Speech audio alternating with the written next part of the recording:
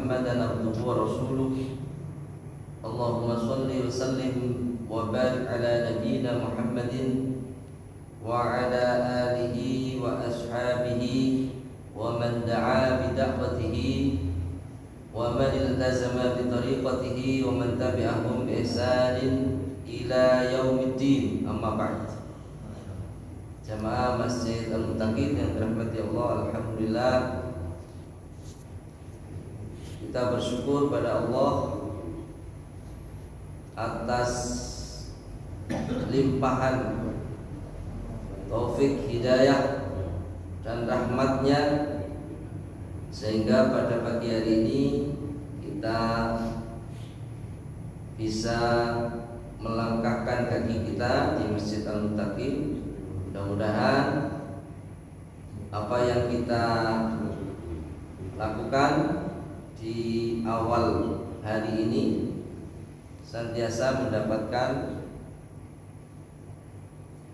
rahmat dari Allah Subhanahu wa ta'ala. Para jemaah sekalian, mari kita mengkaji satu ayat di dalam surah An-Nur yang berkenaan dengan sifat Allah, yaitu di ayat yang ke-35. Allah berfirman, A'udzu billahi minasyaitonir rajim. Allahu nurus samawati wal ardh. Mathalu nurihi kamishkawatin fiha misbah. Al-misbahu fi zujajah. Az-zujajatu ka'annaha kawkabun durriyun yuqadu min syajaratin mubarakatin zaitunatin la syarqiyatin wala gharbiyatin yakadu zaituha yudhi'u walau lam tamsashuna nurun ala nurin yahdillahu li nurihi man yasha wa yadribullahu al-amthala lin-nas wallahu bikulli syai'in alim. Artinya Allah cahaya langit dan bumi. Perumpamaan cahaya Allah adalah seperti sebuah lubang yang tak tembus, yang di dalamnya ada pelita besar. Pelita itu di dalam kaca, dan kaca itu seakan-akan bintang yang bercahaya seperti mutiara yang dinyalakan dengan minyak dari pohon yang banyak berkahnya, yaitu pohon zaitun yang tumbuh tidak di sebelah timur dan tidak pula di sebelah baratnya, yang minyaknya hampir-hampir menerangi walaupun tidak disentuh api. Cahaya di atas cahaya, artinya berlapis-lapis. Allah membimbing kepada cahayanya siapa yang Dia kehendaki, dan Allah membuat perumpamaan-perumpamaan bagi manusia, dan Allah Maha mengetahui segala sesuatu. Para jemaah sekalian, ayat ini perlu dipahami ya, dari sisi bahasa, dan juga memahami dari sisi apa yang dijelaskan di dalam ayat ini. Pertama, Allah menjelaskan Allahu nurus samawati wal ardh. Allah itu cahaya, ya, cahaya langit dan bumi. Maka yang dimaksud cahaya ini apa? Apakah cahaya sesuatu yang bersinar, ataukah cahaya dalam makna yang lain. Saudara, jadi ayat ini mirip dengan surat Az-Zukhruf. Az-Zukhruf ayat yang ke-84. Ya, di dalam Az-Zukhruf Allah juga berfirman, wa huwal ladzi fis samai ilahun wa fil ardi ilah. Ya. Wa huwal hakimul alim. Dialah Allah yang disembah di langit dan Tuhan yang disembah di bumi. Dialah yang maha bijaksana juga maha mengetahui. Nah, jadi yang dimaksud nur di sini itu jelas merupakan sifat Allah. Ya, sifat Allah. Nur adalah sifat Allah, disematkan pada sifat Allah yang maha tinggi. Ya, jadi Allah menyifati dirinya itu maha tinggi, maha mulia. Nah, sehingga Allah sendiri yang menyifati zat-zatnya, dan itu banyak dijelaskan di dalam Al-Quran. Karena itu salah satu yang harus kita imani itu adalah nama-nama Allah dan sifat-sifatnya. Itu masuk dari atau masuk dalam tauhid asma wa sifat. Ya, tauhid asma wa sifat itu kita harus meyakini tentang nama-nama dan sifat-sifat Allah. Jadi banyak sekali sifat-sifat Allah yang dijelaskan di dalam Al-Quranul Karim, ya, sehingga semua orang Muslim harus mengimani sifat-sifat itu.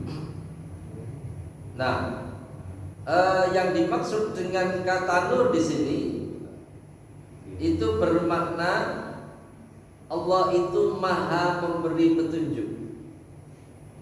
Nah, jadi Allah maha memberi petunjuk. Ya, sehingga semua mukmin, orang yang beriman itu ya harus mengimani bahwa Allah lah yang memberikan petunjuk. Nah, sehingga pada satu ketika Rasulullah SAW sepulang dari Taif, beliau berdoa kepada Allah. Ya. Jadi apa doa Rasulullah itu? Doa Rasulullah adalah a'udzu bi nuri wajhikal ladzi asyrafat lahu dhalamat wa salha alaihi amrud dunya wal akhirah min an tunzila bi ghadabak aw yahillu alayya sukhtuka lakal utba hatta tardo wala haula wala quwwata illa bik. Nah, itu doa Rasulullah ketika pulang dari Taif, ya. Jadi ketika Rasulullah itu ingin berlindung atau mendakwahkan agama Islam ini ke masyarakat Taif, ya, Rasulullah itu diberi perlakuan yang tidak semestinya, yaitu dilempari, ya, sampai Rasulullah itu berdarah, sampai malaikat Jibril itu ya tidak serantan, ya gregetan, ya kaumes.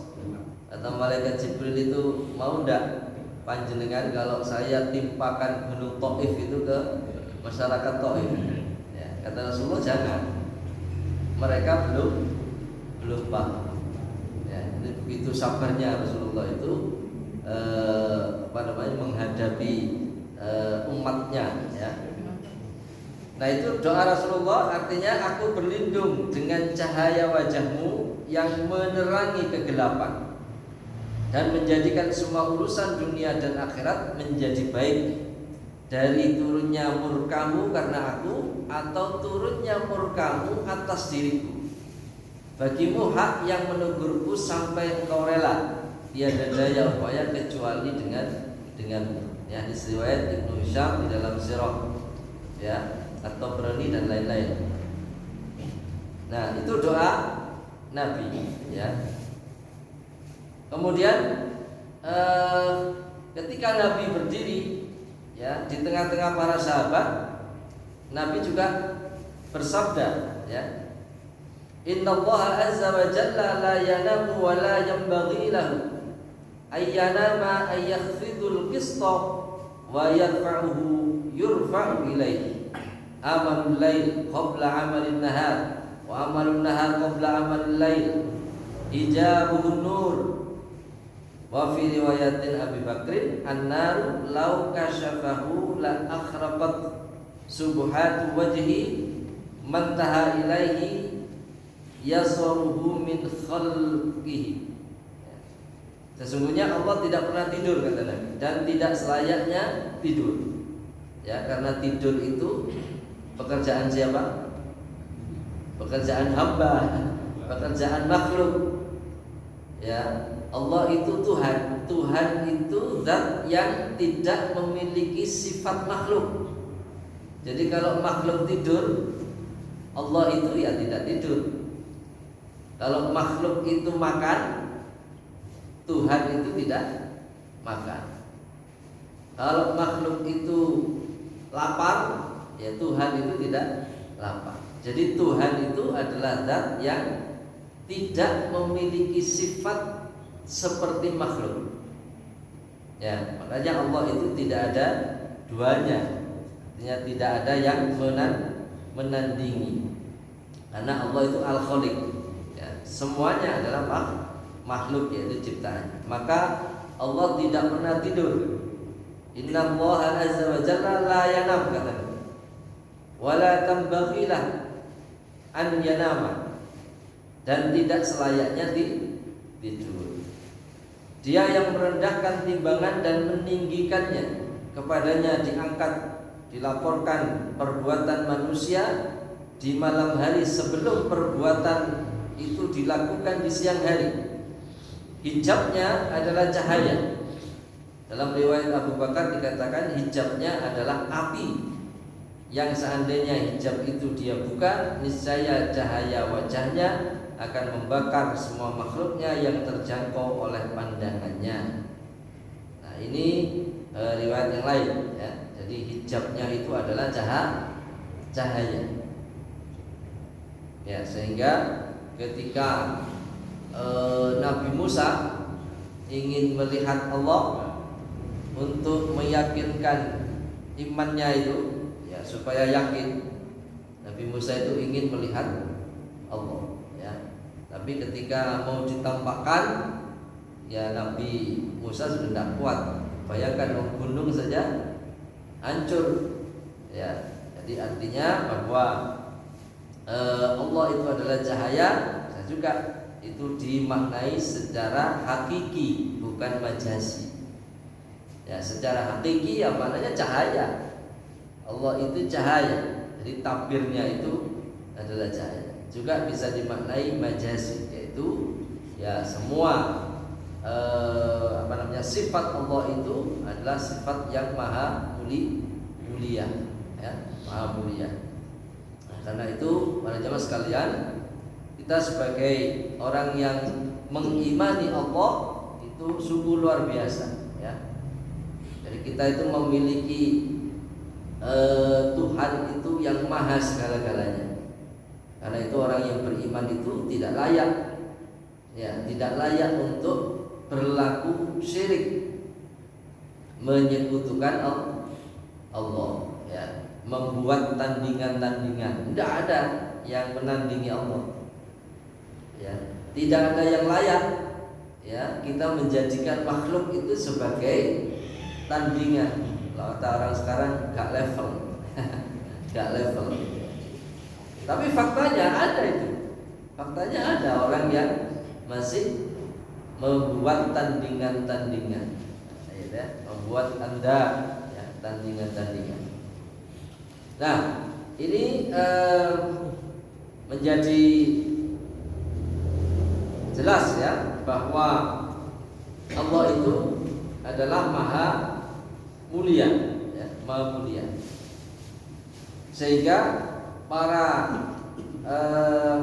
makhluknya, ya, makhluknya itu tidak akan memiliki sifat seperti sifat-sifat Allah, ya, kecuali Allah menurunkan sedikit saja. Ya, jadi gunanya kita itu memahami sifat-sifat Allah atau nama-nama Allah agar kita itu ya bisa berbuat atau berlaku seperti sifat Allah tersebut. Ya, misalnya ada sifat Allah itu ya seperti yang kita bahas sekarang, nur, ya, memberikan petunjuk. Maka setiap orang Islam itu haruslah dia itu apa yang dia lakukan itu memberi petunjuk kepada kebaikan. Ya, apakah melalui lisannya atau melalui af'alnya, ya, melalui perbuatannya, maka hendaklah membuat orang itu menjadi baik, ya, sehingga di dalam kehidupan ini kita bisa menjalankan, ya, kebaikan, ya, menjalankan kebaikan. Maka para jamaah sekalian, kata nur di sini itu bisa juga bermakna ad-diya, yaitu cahaya seperti ya cahaya, ya seperti cahaya. Ya, itu makna makna hakiki cahaya, ya cahaya, ya, sesuatu yang mengeluarkan sesuatu sehingga menjadi terang, ya, menerangi sekelilingnya. Nah, itu cahaya. Juga bisa diungkapkan sebagai makna majaz, yaitu memberikan petunjuk. Nah, karena itu para jemaah sekalian, banyak sekali ya ayat-ayat di dalam Quran itu yang menjelaskan bahwa Allah itu menunjuki, ya, maha menunjuki, ya, al-huda, maha menunjuki, ya, menunjuki kebaikan. Seperti apa kalau seperti apa itu obor, ya. Kalau kita berjalan di tempat yang gelap, maka kita perlu petunjuk. Ya, kalau sekarang bukan hanya di tempat yang gelap, di arah yang kita tidak tahu itu perlu petunjuk. Ya, rambu-rambu di jalan itu kan petunjuk. Ke Surabaya misalnya, ini ke Sumbersari, ya, itu perlu petunjuk. Nah, maka manusia itu harus senantiasa di dalam dirinya itu mencari petunjuk dan memberikan petunjuk. Ya, dalam hidup kita itu senantiasa mencari petunjuk dan memberikan petunjuk. Ya, kalau kita tahu akan kebaikan, maka kita beri petunjuk kepada orang lain, kepada saudara kita. Kalau kita tidak tahu, ya kita butuh petunjuk. Itu selalu dalam kehidupan manusia itu, ya, mencari petunjuk dan memberi petunjuk. Nah, itu yang harus kita lakukan, ya. Itu faedah dari ayat Allah ini di dalam surat An-Nur, ya, ayat ke-34. Maka terhadap cahaya Allah itu, ya, Allah jelaskan dalam surat Al-A'raf ayat yang ke-157. Allah berfirman, "Falladzina amanu bihi wa azzaruhu wa nasaruhu wattaba'un nural ladzi unzila ma'ahu ulaika humul muflihun." Maka orang-orang yang beriman kepadanya, memuliakannya, menolongnya, dan mengikuti cahaya yang terang yang diturunkan kepadanya, yakni yang dimaksud adalah Al-Quran, maka itulah orang-orang yang beruntung. Ya, jadi orang yang beriman kepada Allah, memuliakan Allah, ya, mengikuti cahaya yang terang yang diturunkan oleh Allah kepada manusia, yaitu Al-Quran ini, maka itulah orang-orang yang beruntung.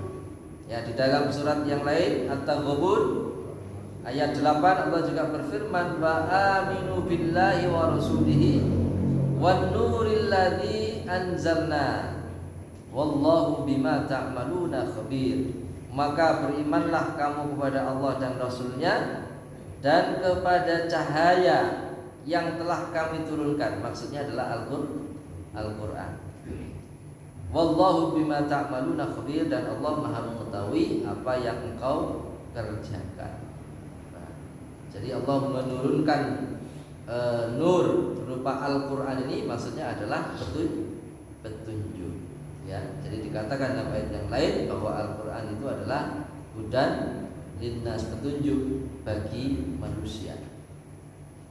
Jadi cukup sebetulnya Al-Quran itu dibuat pedoman hidup, ya itu sudah cukup. Tapi kadang-kadang manusia itu kurang, ya, mencari yang lain, ya, mencari-cari yang lain. Padahal Al-Quran itu isinya itu sudah lengkap. Hanya saja Al-Quran itu diturunkan dalam bentuk yang mujmal. Mujmal itu global, berisi pokok-pokok ajaran. Jadi tidak detail sampai ya sedetil-detilnya. Makanya Al-Quran itu Allah mengutus Nabi untuk memberikan contoh bagaimana pengamalan Al-Quran. Diberi contoh langsung, diberi model. Nah, itu. Kalau orang itu diberi model kan mudah, Pak. Ya, ada perintah sholat di dalam Quran, aqimus sholat. Bagaimana caranya? Ada dijelaskan dalam Quran. Maka Nabi diutus sebagai model. Kata Nabi, "Shollu kama ra'aitumuni sholli." Salatlah kamu sebagaimana aku sholat. Ya, jadi ada perintah di dalam Al-Quran tapi tidak ada detailnya. Ya, kaifiahnya tidak ada. Maka Nabi sebagai modelnya. Nah, jadi Quran itu datang dalam bentuk yang mujmal, dalam bentuk yang global. Justru karena keglobalan Al-Quran itu, maka Al-Quran itu selalu relevan dengan perkembangan zaman. Ya, jadi tidak betul itu kalau ada orang yang mengatakan, wah ayat Quran ini harus direvisi, harus di tafsir ulang, misalnya. Harus diletakkan karena sudah tidak sesuai. Nah, itu tidak ada. Itu karena gobloknya orang sekarang aja tidak bisa menafsirkan Quran, ya. Jadi kalau orang yang bisa menafsirkan Quran tentu akan ada hukum-hukum yang keluar dari Al-Quran. Nah, gitu ya. Karena ilmunya kurang, maka tidak bisa mengeluarkan hukum dari Al-Quran. Tidak bisa mendapatkan petunjuk dari Al-Quran. Karena Al-Quran itu ya diturunkan pakai bahasa Arab. Maka orang yang akan menggali hukum dengan Quran ya harus tahu bahasa Arab. Ya, dengan segala pernak-perniknya itu. Ya, tahu tentang tafsir, tahu tentang ulumul Quran. Kalau tidak tahu itu ya tidak bisa. Ya, karena itu ayat-ayat di dalam Quran itu kadang-kadang ditafsirkan oleh hadis Nabi. Ya, jadi itu yang ada di dalam ayat-ayat Quran. Tapi sebenarnya Al-Quran itu adalah petunjuk bagi orang yang bagi manusia. Ya, hanya saja manusia ini kadang-kadang ya tidak menjadikan Quran itu sebagai petunjuk. Ya, ada juga manusia yang mengambil sebagian dari Quran tetapi meninggalkan sebagian. Ya, itu berarti apa? Ya disesuaikan dengan hawa nafsunya. Yang cocok dengan hawa nafsunya diambil, dipakai. Yang tidak cocok dengan hawa nafsunya ditinggalkan. Nah, itu memilih-milih Quran yang disindir oleh Allah. Afatu'minuna bi ba'dil kitab wa takfuruna bi ba'd. Ya, apa kamu mengimani sebagian isi kitab tapi mengingkari sebagian yang lain? Nah, itu disindir oleh Allah. Ya. Ada yang justru tidak mau menggunakan Al-Quran sebagai petunjuk. Nah, itu semua ketika hawa nafsu itu sudah menjadi panduan hidupnya, maka ya Al-Quran itu dia tinggalkan. Nah, maka orang yang yang pikirannya benar, maka akan menjadikan Al-Quran itu sebagai pedoman hidupnya. Kenapa? Karena Al-Quran itu wahyu dari Allah, diturunkan oleh Allah kepada manusia untuk dijalankan. Ya, untuk dijalankan, bukan hanya untuk dibaca. Ya, dijalankan. Ya, tapi tidak akan bisa menjalankan kalau tidak bisa membaca. Nah, jadi kan membaca dulu, kemudian memahami maknanya, tahu artinya, ya, kemudian menjalankan. Ada kemauan untuk menjalankan Quran. Ya, jadi banyak sekali kata-kata nur itu di dalam Quran. Ya, misalnya dalam surat Al-Maidah, ini contoh yang lain ya. Qad ja'akum minallahi nurun wa kitabun mubin. Sesungguhnya telah datang kepadamu cahaya dari Allah dan kitab yang menerangkan. Nah, sudah datang kepadamu cahaya dari Allah dan kitab yang menerangkan. Nah, itu adalah Al-Quran. Jadi Allah itu maha memberikan petunjuk. Jadi Quran itu petunjuk. Ya, diutusnya Nabi itu memberikan petunjuk kepada manusia. Jadi Allah itu tidak zalim kepada hambanya. Sementara orang berpikir kalau ada orang beriman, orang kafir, itu berarti Allah itu zalim kepada orang-orang kafir. Kenapa dibiarkan kafir gitu? Ya, sebenarnya Allah sudah menurunkan Al-Quran. Baca itu Al-Quran. Dan bukan Al-Quran saja, menurunkan Nabi. Nabi yang membacakan Quran, dibacakan oleh Nabi ayat-ayatnya, dijelaskan maknanya, dilakukan contohnya, ya, itu contohnya, pelaksanaannya. Nah, sehingga Allah itu tidak zalim. Allah itu sudah memberikan semua perangkat kepada manusia untuk sampai pada petunjuk. Ya. Kalau orang itu tidak sampai pada petunjuk, maka dia sendiri yang tidak mau mencari petunjuk. Nah, jadi al-huda wal dhalal itu sebetulnya persoalan bukan orang kemudian diam tiba-tiba mendapatkan petunjuk, atau orang tiba-tiba diam kemudian dia dalam kesesatan, tapi manusia sendiri yang harus merubah dirinya supaya dia itu sampai pada petunjuk.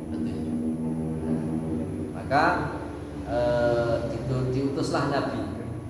Setelah Nabi tidak ada, siapa yang beri petunjuk? Ya tetap Allah. Melalui siapa? Melalui para ulama. Nah, ulama yang mewarisi Nabi. Al-ulama'u warasatul anbiya.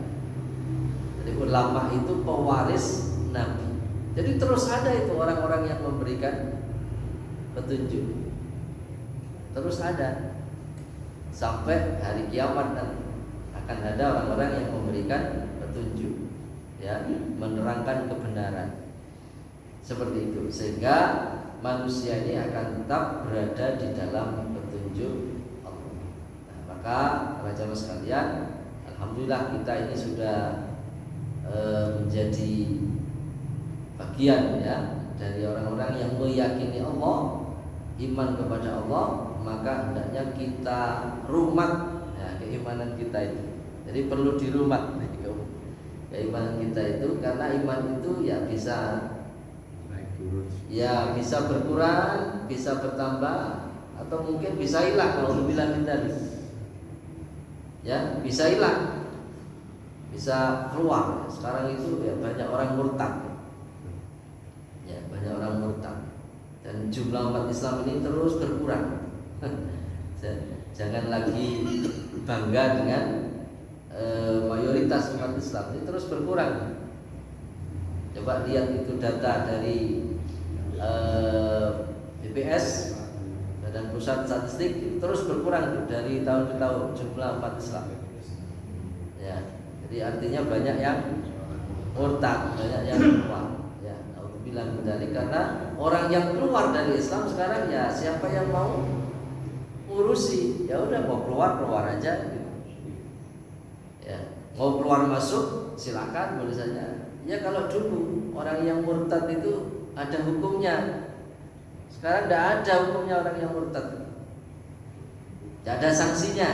Ya, bukan tidak ada hukumnya, tidak ada sanksinya. Hukumnya terhadap orang murtad tidak dijalankan. Ya, kalau dulu murtad itu oleh negara itu diutus ahlul hujjah. Dia mendatangi orang-orang yang murtad. Kenapa murtad? Apa alasannya? Ya, diutus ahlul hujjah. Ya, supaya dia bisa mengembalikan orang-orang yang murtad itu.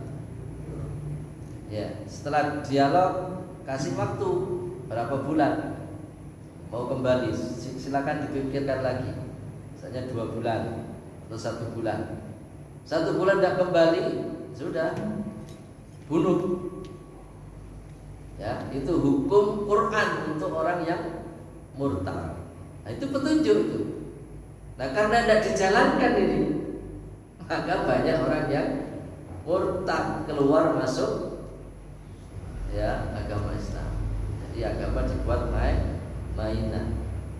Ya, akibatnya tadi itu terus banyak orang yang murtad karena hukum murtad dari Allah itu tidak dijalankan. Nah, itu yang saya maksud tadi itu, sebagian Quran itu dijalankan, sebagian hukum di dalam Quran tidak dijalankan. Maka itulah yang terjadi. Ya, siapa sekarang yang bisa ngurus orang murtad kan? Dianggap urusan pribadi loh. Nah, itu urusan pribadi. Kalau dulu urusan negara, orang murtad itu urusan negara. Ya, diutus kepada mereka. Maka jangankan itu ya, yang dulu yang tidak membayar zakat saja di waktu Nabi tidak membayar zakat, Nabi wafat di masa Abu Bakar. Nabi wafat, ada yang tidak mau bayar zakat. Ya, tidak mau bayar zakat. Sebagian kewajiban tidak mau melakukan. Itu Abu Bakar mengutus orang supaya mereka kembali membayar zakat. Kalau tidak akan diperangi. Nah, ini tidak mau bayar zakat. Alasannya Nabi kan sudah wafat, tidak perlu bayar zakat. Maka itu menjadi urusan Abu Bakar. Ya, Abu Bakar dulu orang yang diminta atau dipercaya mengurusi umat ya pada waktu itu sebagai khalifah. Ya, sempat diprotes oleh Umar, apakah engkau akan memerangi orang yang telah beriman kepada Allah? Kata Abu Bakar, sungguh aku akan memerangi orang yang membeda-bedakan antara sholat dengan zakat. Sholat mau tapi zakat tidak mau. Sholat mau tapi zakat tidak mau. Di dalam Quran pasti beriringan. Aqimis sholat wa atuz zakat, gitu. Ya, gandeng. Nah, ini mau dipisah, maunya sholat saja, zakat tidak mau. Kata Abu Bakar, sungguh akan memerangi mereka, walaupun mereka masih beriman, karena membeda-bedakan tadi. Ya, satu dijalankan, satu tidak. Nah, jadi itu konsekuensi ya, maka akan ada sanksi terhadap hukum-hukum yang ada di dalam Al-Quran ya. Nah, kalau itu tidak dijalankan, maka akan ya konsekuensinya akan menimbulkan dampak-dampak yang tidak baik bagi kehidupan ya, termasuk tadi hukum sanksi terhadap orang murtad tidak dijalankan ya. Sholat pun itu sekarang siapa yang ngurusi orang yang tidak sholat? Tidak ada. Ya, orang tidak sholat Jumat, siapa yang mengurusi? Ya dianggap nafsi-nafsi, urusan pribadi. Ya kalau dulu ya masih diberlakukan hukum sholat itu ya orang muslim itu harus seperti yang tidak sholat ya akan mendapatkan sanksi. Nah itu sehingga ya kalau sholat subuh itu apa jenenge rame ya itu karena ya diatur gitu ya, diatur oleh negara. Jadi subuhnya rame sama dengan Jumatan. Bukan hanya subuh ya sholat-sholat 5 waktu yang lain. Ya, kalau sekarang itu masjid-masjid itu sepi. Ya di sini ini banyak masjid tapi sepi jamaah. Ya, tidak tahu apakah orangnya yang tidak mau ke masjid atau masjidnya yang terlalu banyak. Ya, masjidnya kalau di apa namanya di luar negeri ya di negara-negara Arab ini masjid kan sedikit, satu kota paling 2 masjid sehingga jamaahnya banyak penuh. Nah di sini tidak sampai 100 meter itu ada masjid. Kadang-kadang ada 2 masjid, ada 3 masjid, bayangkan. Ya, langgar, musola juga banyak. Nah itu makanya masjid-masjid ya sepi karena jamaahnya terbagi, terpecah. Di tempat-tempat yang lain satu kota aja 2 masjid, ya ramai masjidnya. Ya jadi di sini itu luar biasa. Tapi ya masjid-masjid itu kan ibarat bintang-bintang di langit. Jadi bintangnya bumi itu ya masjid itu. Masjid itu bagi penduduk langit itu bersinar seperti bintang. Kalau kita melihat bintang itu di langit kan bercahaya. Nah itu bagi penduduk langit itu melihat bumi itu bersinar juga apa itu masjid-masjid. Nah, masjid-masjid itu bersinar, bercahaya. Nah, gitu. Nah, jadi ya tidak apa-apa sih banyak masjid. Ya asalkan tadi itu diupayakan jamaahnya itu banyak. Ya, jangan semangat membangun masjid tetapi tidak memakmurkan masjid. Ya mudah-mudahan ini menjadi